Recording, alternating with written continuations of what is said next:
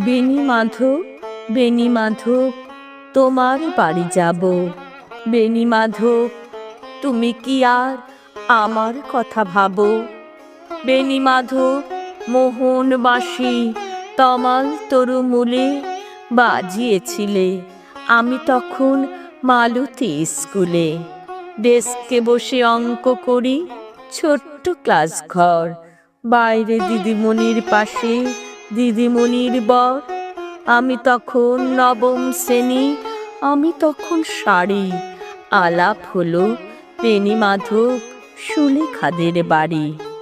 বেণী মাধব, বেণী মাধব, লেখাপড়ায় ভালো, শহর থেকে বেড়াতে এলে আমার রং কালো। তোমায় দেখে এক দৌড়ে পালিয়ে গেছি ঘরে। বেণী মাধব, আমার বাবা দোকানে কাজ করে। কুঞ্জে অলি কুঞ্জে তবু ফুটেছে মঞ্জরি, সন্ধেবেলায় পড়তে বসে অঙ্কে ভুল করি।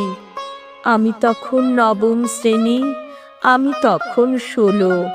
ব্রিজের ধারে বেণী মাধব লুকিয়ে দেখা হলো।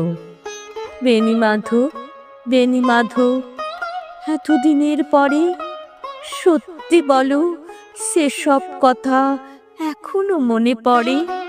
সেসব কথা বলেছ তুমি তোমার প্রেমিকাকে?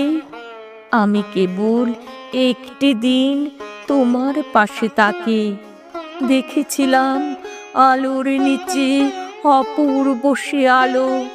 স্বীকার করি দুজনকেই মানিয়েছিল ভালো।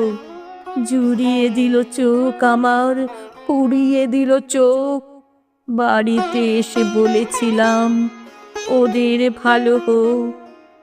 রাতে এখন ঘুমাতে যাই একতলার ঘরে, মেঝের উপর বিছানা পাতা, জ্যোৎস্না এসে পড়ে।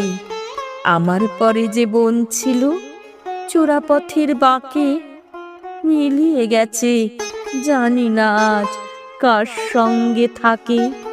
আজ জুটেছে, কাল কি হবে কালের ঘরে শুনি। আমি এখন এই পাড়ায় সেলাই দিদিমণি। তবু আগুন, বেণী মাধব, আগুন জ্বলে কই?